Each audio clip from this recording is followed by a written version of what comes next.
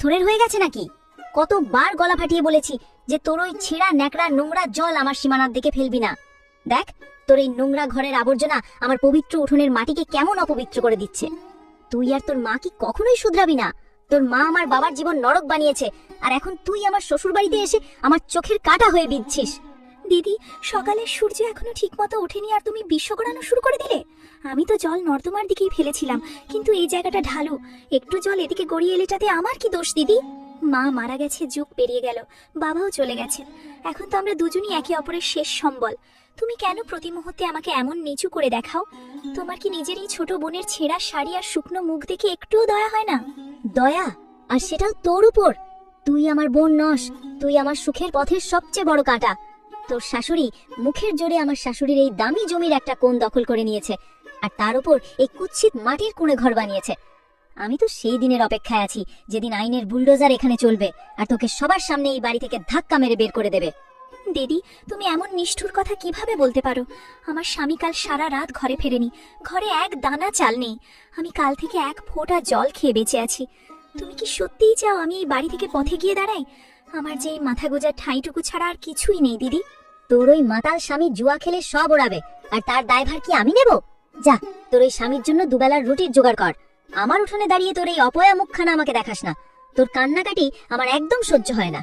মেয়েটাও তার মায়ের মতো বড্ড জেদি, না খেয়ে মরে যাবে, পেট পিঠের সাথে মিশে যাবে, তবু আমার কাছে কোনোদিন এক মুঠো চাল চাইতে আসবে না। ও যদি অসুস্থ হয়ে পড়ে তাহলে পুরো গ্রাম বলবে যে জয়া রাজপ্রাসাদে রাজত্ব করছে আর তার আপন বোন দানা পানির জন্য ধুঁকছে। আমাকে কিছু একটা করতেই হবে, কিন্তু সোজা হাতে খাবার দিলে ও ভাববে আমি ওর উপর দয়া করছি, আর শাশুড়ি মা দেখলে আমাকে মেরেই ফেলবেন। আমাকে আবার সেই ঘৃণার নাটকটাই করতে হবে। ওরেও হতভাগী, এদিকে দেখ, কাল রাতের বাসি খাবার বেঁচে গেছিল, আমার বাড়ির পোষা কুকুরগুলো এর দিকে মুখ ফিরে তাকাচ্ছে না। ভাবলাম জঞ্জালে ফেলার চেয়ে তোর মতো ভিখারির মুখে ছুড়ে দেওয়া অনেক ভালো। এটা তোল আর চুপচাপ গিলে নে, আর খবরদার গ্রামের কাউকে জেনে বলতে যাস না যে জয়া তোকে খয়রাত দিয়েছে। এনে নিজের পেট ভরার আমার চোখের সামনে থেকে দূর হ। জয়া তাড়াতাড়ি উনুন থেকে দুটো মোটা গরম রুটি নামালো, তাতে দিদি, তুমি দুনিয়াকে ধোকা দিতে পারো, কিন্তু আমাকে নয়। রুটিগুলো এখনো গরম, যেন এইমাত্র উনুন থেকে নামানো হয়েছে। তুমি মিথ্যে বলা কবে ছাড়বে দিদি? আমি জানি তুমি এগুলো আমার জন্য তাজা বানিয়েছো। তুমি বাইরে থেকে যতই কড়া হও না কেন, আমি জানি তোমার ভেতরকার মমতা এখনো মরে যায়নি। তুমি বাবার দিব্যি দিলে বলো তো যে এই রুটিগুলো বাসি? বেশি বুদ্ধি খরচ করিস না প্রিয়াঙ্কা, এ তো উনুনের গরম, কাপড়ে শক্ত করে বাঁধা ছিল বলে রয়ে গেছে। তোর মতো ভিখারিকে তাজা খাবার বানিয়ে খাওয়ানোর মতো সময় আমার নেই। তুমি যতই নিষ্ঠুর সাজার চেষ্টা করো না কেন দিদি, তোমার ওই চোখের মায়া আমি ঠিক বুঝতে পারি। ছোটবেলায় যখন বাবা আমাদের দুই বোনকে মেলায় নিয়ে যেতেন, তখন তুমি নিজের ভাগের জিলিপিটাও আমাকে দিয়ে দিতে। সেই দিদি কখনো এত পাষাণ হতে পারে না। সেই সব পুরনো কথা বলে আমাকে গলাতে পারবি না তুই। আর হ্যাঁ, কান খুলে শুনে রাখ, এই নদীর ধারের জমির কাগজ আমার শাশুড়ি শহরের বড় উকিলকে দিয়ে দিয়েছে। খুব শিগগিরই এখানে বুলডোজারের আওয়াজ শোনা যাবে, আর তোর এই মাটির দেওয়াল মাটিতে মিশে যাবে। তখন দেখবো তোর এই হাসি আর এই সরলতা কোথায় যায়। চল, নিজের আবর্জনা তোল আর এখান থেকে দূর হ, আমাকে কাজ করতে দে। এই নদীর ধারের জমিটা আমাদের পূর্বপুরুষদের। যদি এই টুকরোটা আমরা কোনো মতে ফেরত পেয়ে যাই, তবে আমরা এখানে বড় করে মাছ চাষের ব্যবসা শুরু করব। আমাদের অনেক টাকা হবে। কিন্তু এই অনাথ প্রিয়াঙ্কার কুড়ে ঘরটা মাঝখানে কাঁটা হয়ে আছে। আমি শুনেছি ওর স্বামী বিকাশ ঋণের দায়ে গলা পর্যন্ত ডুবে আছে। আমরা ওকে কিছু টাকার লোভ দেখিয়ে ওর টিপসই নিয়ে নিই না কেন? যদি ও রাজি না হয়, তাহলে জোর করে দখল নিতে আমাদের বেশি সময় লাগবে না। মা, ও জয়ার সৎ বোন। গ্রামের লোকেরা আমাদের নিষ্ঠুর বলবে, এমনিতেই ওদের অনেক কষ্ট। অনাথ মেয়েদের অভিশাপ নেওয়া ঠিক নয়। জয়া যখন জানতে পারবে, তখন হয়তো ওইটা কিছুতেই সহ্য করতে পারবে না। আমি এই পাপের ভাগী হতে পারবো না মা। জয়া? আরে ও তো নিজেই ওই মেয়েটার জানের শত্রু হয়ে বসে আছে। তুই দেখিসনি কিভাবে দিন রাত ওকে অভিশাপ দেয়? ও তো খুশিই হবে যদি প্রিয়াঙ্কা এখান থেকে চিরকালের জন্য গৃহহীন হয়ে যায়। তুই শুধু কাল শহরে গিয়ে উকিলের কাছ থেকে লেখাপড়ার কাজটা সেরে আয়, বাকিটা আমি সামলে নেব। তুই বেশি দরদ দেখাস না। কিন্তু মা, বিকাশ যদি কোনো ঝামেলা করে, সে তো সবসময় নেশায় বোধ হয়ে থাকে। আর প্রিয়াঙ্কা মেয়েটা বড় অসহায়। আমার মনে হয় আমাদের এই কাজটা করা ঠিক হবে না। বিকাশ একটা অপদার্থ। আমি ওকে 200 টাকার নোট দেখালে ও নিজেই ওর বউরের ঘর ভেঙে দিয়ে চলে যাবে। তুই এত ভয় পাস কেন? যা বলছি তাই কর, কাল সকালেই তুই শহরে যাবি। ভগবান, আজ রাতে যদি জোর বৃষ্টি হয় তাহলে ওই কাঁচা ঘরটাই প্রিয়াঙ্কার কবর হয়ে যাবে। তার উপর শাশুড়ির এই নোংরা চক্রান্ত। আমাকে ওকে এক্ষুনি সতর্ক করতে হবে, কিন্তু কিভাবে বলবো? আমি যদি নরম হই তাহলে শাশুড়ি আমার উপর সন্দেহ করবে আর আমাদের দুজনকেই চিরতরে বরবাদ করে দেবে। আমাকে খুব সাবধানে কাজ করতে হবে। হাতের লেখা তো দিদির, দিদি আমাকে কেন সতর্ক করছে? তার মানে কি খুব বড় কোনো ঝড় আসছে? নদীর জল তো সত্যি আজ অন্য দিনের চেয়ে বেশি ফুসছে। হে ভগবান, আমার তো স্বামীও ঘরে নেই, আমি এই ভাঙা ঘরে একা কি করব? হে ভগবান, আজ আমাকে বাঁচাও। দিদির পাকা বাড়ির সামনেই আছে, কিন্তু আমি ওখানে যাওয়ার সাহস কি করে করি? উনি তো বলেছিলেন আমি যদি ওর উঠোনে পা রাখি তাহলে আমার মাথা ফাটিয়ে দেবেন, কিন্তু এখানে থাকলে তো এই চাল আমার উপরেই ভেঙে পড়বে। দিদি, ও জয়া দিদি, তুমি কি সত্যি আজ তোমার ছোট বোনকে চোখের সামনে মরতে দেখবে? আমাকে বাঁচাও দিদি। প্রিয়াঙ্কা, দরজা খোল হতভাগী। আজ এখানেই সমাধি নেওয়ার ইচ্ছে আছে নাকি? দেখ, নদীর জল তোর উঠোনের সীমানা পেরিয়ে গেছে। তাড়াতাড়ি বাইরে আয় আর আমার সাথে চল। জলদি কর, নইলে এই মাটির স্তূপটাই তোর কবর হয়ে যাবে। আর আমি পুলিশকে কি জবাব দেব? দিদি, তুমি এসেছো? আমি জানতাম তুমি আমাকে এই জলের মধ্যে মরতে দেবে না, কিন্তু তোমার শাশুড়ি মা দেখলে তো আমাকে আস্ত রাখবেন না দিদি। তোর শাশুড়ি মা নিয়ে এখন ভাবার সময় নেই। এবার এই কান্না আর নাটক বন্ধ কর আর আমার পেছনে চুপচাপ চল। আর দেখ, একদম মুখ বন্ধ রাখবি। শাশুড়ি যেন ঘুণোক্ষরেও টের না পায় যে তুই আমার বাড়ির ভেতর আছিস। তোকে পেছনের অন্ধকার ঘরটায় লুকিয়ে থাকতে হবে। কাল সকালে যা হওয়ার দেখা যাবে। চল পালা এবার, চুপচাপ এখানেই পড়ে থাক। একটু টু শব্দ করলেই শাশুড়ির কান খাড়া হয়ে যাবে। ওনারা যদি জানতে পারেন তুই এখানে লুকিয়ে আছিস, তাহলে তোকে তো ঘাট ধাক্কা দিয়ে বের করবেনই, আমাকেও সেই কাদার মধ্যেই দাঁড় করিয়ে দেবেন যেখান থেকে তোকে টেনে এনেছি। তোর ভাগ্যটাই খারাপ, ওই ঘর কি ভাঙলো, তুই আমার রাতের ঘুম কেড়ে নিলি। দিদি, তুমি আমাকে এত অভিশাপ কেন দাও? যখন বিপদ আমার সামনে দাঁড়িয়েছিল তখন তো তুমিই নিজের জীবনের ঝুঁকি নিয়ে আমাকে এখানে নিয়ে এলে। তোমার চোখে সে সময় যে ভয়টা ছিল সেটা তো ঘৃণা ছিল না। তারপর হঠাৎ তুমি পাথরের মূর্তির মতো হয়ে যাও কেন? বাবা কি মারা যাওয়ার সময় আমার হাতটা তোমার হাতে এই জন্যই তুলে দিয়েছিলেন যে তুমি প্রতি মুহূর্তে আমাকে মরতে দেখবে? বাবার নাম নিবি না, উনি যা করেছেন তার ফল আমি আজও ভুগছি। আর শোন, এখানে কোনো মমতা টমতা নেই। আমি তোকে এখানে শুধু এই জন্যই রেখেছি কারণ আমি চাই না তুই মরার পর গায়ের লোক আমাকে খোঁটা দুক। আমি তোর দিদি বলে আমার একটা সম্মান আছে নাকি? তুমি যাই বলো দিদি, আমি জানি তুমি আমাকে ভালোবাসো, নইলে এই ঝড়ের রাতে কেউ নিজের বোনকে উদ্ধার করতে আসে না। তুমি আমার জন্য গরম দুধ এনেছো, আমি সব বুঝি দিদি। তোর এত বোঝার কোনো দরকার নেই। আর হ্যাঁ, তোর এই কাদা মাখা শাড়িটা আমাকে দে, আমি এটা ফেলে দেব। তুই আমার এই পুরনো শাড়িটা পরে নে। মনে রাখিস, কিছুক্ষণ পর তোকে এখান থেকে বিদায় হতে হবে। তুই যেখানে খুশি গিয়ে মর, এই বাড়িতে তোর কোনো জায়গা নেই। দেখ, একেই বলে প্রকৃতির খেল। কাল রাতের বৃষ্টি আমাদের কাজ কয়েক সপ্তাহ আগেই একেবারে সহজ করে দিল। ওই প্রিয়াঙ্কার কুড়ে ঘর তো নদীর পেটেই চলে গেছে। এখন ওই জমির টুকরোটা পুরো বেওয়ারিশ। আজ দুপুরেই আমি ওখানে সীমানা ঘিরে দেব, আর কাল থেকে মাছ চাষের কাজ শুরু। ওই অনাথ ছুরি এখন যেখানে খুশি দৌড়ে দৌড়ে ধাক্কা খাক, আমাদের কি? কিন্তু মা, ওই বেচারি একা মেয়েটা এই সময় কোথায় যাবে? গায়ের লোক আমাদের পাষাণ বলবে। অনাথ মেয়ের ঘর কেড়ে নেওয়া মহাপাপ। জয়া যখন জানতে পারবে তখন ওরও খুব খারাপ লাগবে। শেষমেশ মেয়েটা তো ওর নিজের বোন। আমরা এমন অন্যায় কাজ করতে পারি না মা। জয়া? আরে ও তো নিজেই ওই মেয়েটার জানের শত্রু। তুই দেখিসনি কাল সকালে ওকে কিভাবে গালিগালাজ করছিল? ও তো খুশিই হবে যে ওর সৎ বোন এখন রাস্তায় এসে দাঁড়িয়েছে। জয়া, ও বৌমা, এদিকে এসো তো। হ্যাঁ মা, বলুন। সকাল সকাল কি এমন হলো যে আপনি এত খুশি? আপনার হাসি তো কান অব্দি পৌঁছাচ্ছে। বৌমা, দেখ, তোর সেই শত্রু প্রিয়াঙ্কা এখন চিরকালের জন্য গৃহহীন হয়ে গেছে। ওর কুড়ে ঘর ভেঙে পড়েছে আর ও ভয় পালিয়েছে। এখন ওই জমিটা আমাদের। বল, তুই খুশি তো? খুশি? মা, আমার তো ইচ্ছে করছে পুরো গ্রামে মিষ্টি বিলিয়ে দিই। ওই মেয়েটা আমার চোখে ধুলো দিয়ে রেখেছিল।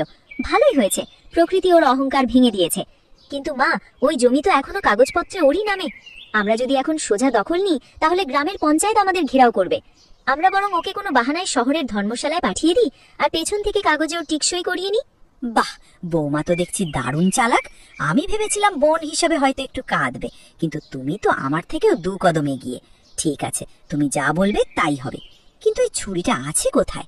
সকাল থেকে তো নদীর ধারে ওকে দেখা যায়নি। হবে হয়তো কোথাও কোনো গাছের তলায় বসে ডুকরে কাঁদছে। আপনি চিন্তা করবেন না, আমি নিজে গিয়ে ওকে খুঁজবো আর ওকে এমন জায়গায় পাঠিয়ে দেবো যেখান থেকে ও আর ফিরতে পারবে না।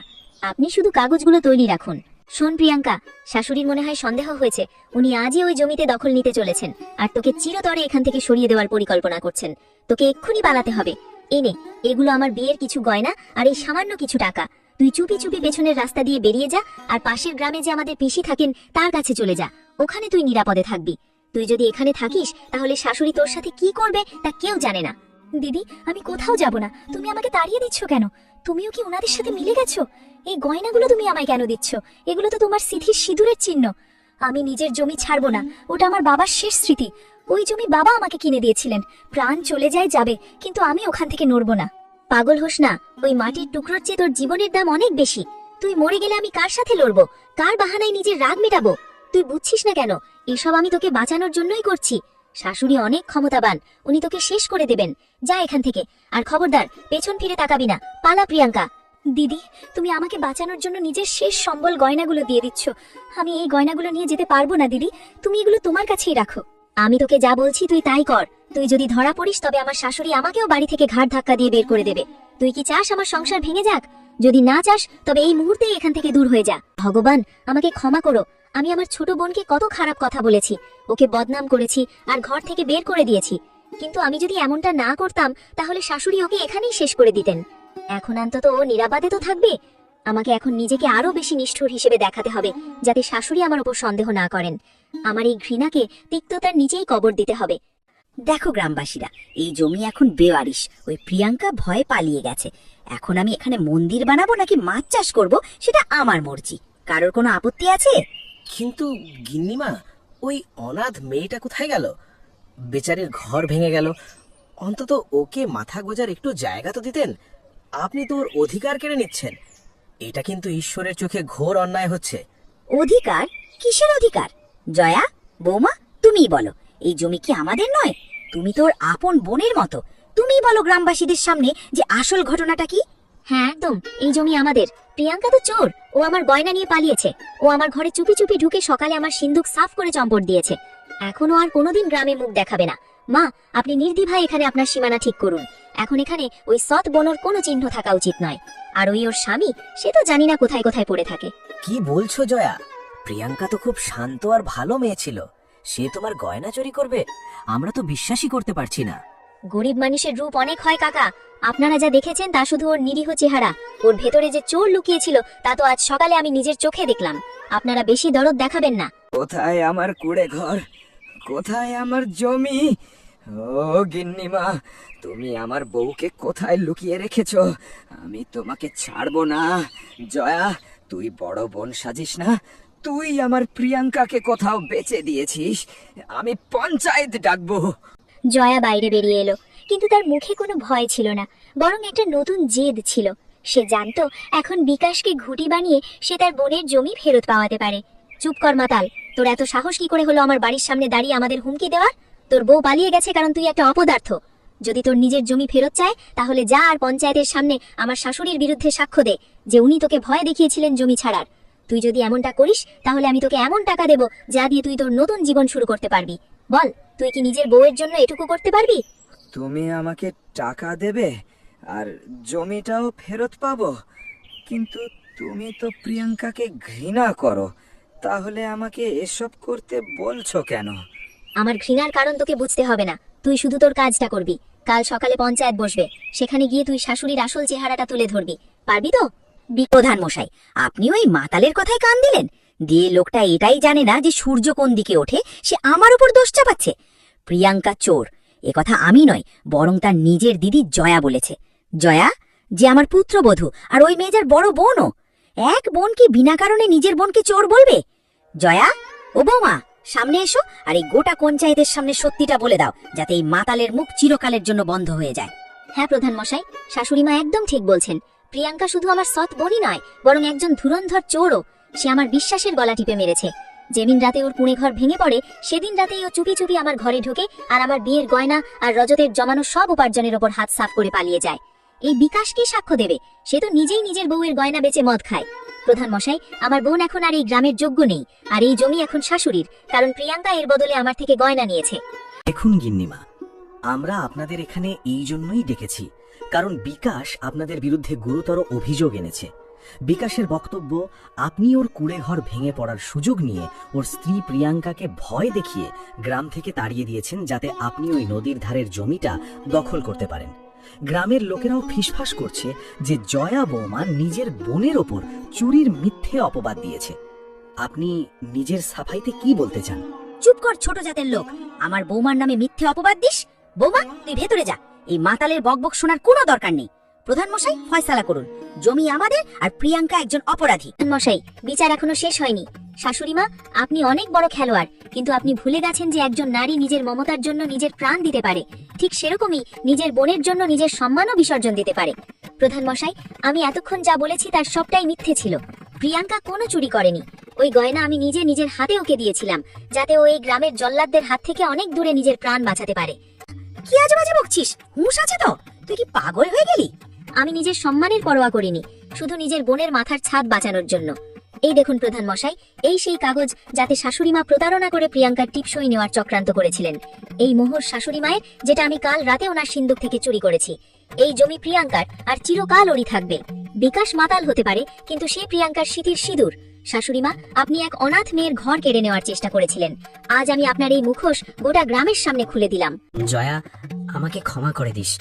আমি কত বড় বোকা ছিলাম যে তোকে নিষ্ঠুর ভাবতাম। তুই এত বড় বোঝা একা কি করে বইলি? তুই নিজের পুরো মর্যাদা বাজি রেখে দিলি নিজের বোনের জন্য। মা, আজ আপনার ছেলে হিসেবে আমার লজ্জা করছে। আপনি আমার স্ত্রীর ব্যবহার নিজের লোভের জন্য করেছেন। এসব মিথ্যে বলছে। এই অলক্ষীটাই আমার সংসার ধ্বংস করছে। একে আমি ছাড়বো না। থামুন গিন্নিমা, আপনার আসল রূপ সবার সামনে এসে গেছে। জয়া বৌমা যা করেছে তা কোনো সাধারণ নারী করতে পারে না। নিজের বদনাম সহ্য করেও নিজের বোনের ঘর বাঁচানো, এটা কোনো দেবীরই কাজ। পঞ্চায়েতের ফয়সালা হলো প্রিয়াঙ্কার জমি তাকে অবিলম্বে ফিরিয়ে দেওয়া হবে এবং গিন্নিমাকে এই চক্রান্তের জন্য গ্রামের মন্দিরের গোশালায় 1 মাস ধরে সেবা করতে হবে এবং জরিমানাও দিতে হবে। আপনি আমাকে সব জানিয়েছেন যে তুমি আমাকে বাঁচানোর জন্য নিজেকে চোর প্রমাণ করেছো। আমি কত বড় পাপী যে তোমাকে পাথর হৃদয়ের ভাবতাম। দিদি, তুমি তো আমার জন্য নিজের পুরো জীবনটাই বাজি রেখে দিলে। আমাকে ক্ষমা করে দাও দিদি, আমাকে ক্ষমা করে দাও। পাগলি, তুই কাঁদছিস কেন? তুই তো আমার ছোট বোন, আমার অংশ। বাবা মারা যাওয়ার সময় আমাকে বলেছিলেন প্রিয়াঙ্কার খেয়াল রাখতে। আমি যদি তোকে না বাঁচাতাম, তাহলে বাবাকে গিয়ে কি মুখ দেখাতাম? আমার গ্রামের গালাগালি সওয়া মঞ্জুর ছিল, কিন্তু তোর চোখের জল নয়। দেখ, এবার তোর ঘর আবার নতুন করে তৈরি হবে, আর কেউ সেটা তোর থেকে কেড়ে নেবে না। দিদি, আজ আমার অনুভব হচ্ছে যে আমি সত্যি খুব ভাগ্যবতী, কারণ আমি তোমার মতো একজন দিদি পেয়েছি। দিদি, তোমাকে অনেক অনেক ধন্যবাদ। তুমি আমাকে একটা নতুন জীবন দিয়েছো, নইলে কে জানে আমার জীবনের কি দশা হতো। দিদি, জামাইবাবু, আপনারা দুজন আমাকে ক্ষমা করে দিন। আমি সবসময় নেশায় বুঁদ থাকতাম আর কখনো প্রিয়াঙ্কার জীবনের কথা ভাবিনি। কিন্তু এখন আমার উপলব্ধি হয়েছে যে জীবনে পরিবারই হলো সবকিছু। দেখো, আমার ভালো লাগছে যে শেষমেশ তুমি সবকিছু বুঝতে পেরেছো। কিন্তু তোমাকে আমার কাছে এই কথা দিতে হবে যে এখন থেকে তুমি নেশা করা তো দূর, ওসব নিয়ে ভাববেও না। আর জীবন চালানোর জন্য একটা ভালো কাজের কথা বলছো, সেটার ব্যবস্থা আমি করে দেব। ব্যাস, তুমি প্রিয়াঙ্কার সাথে তোমাদের এই ছোট্ট জীবন সফরটাতে সবসময় হাসি খুশিতে আর সততার সাথে এগিয়ে চলো।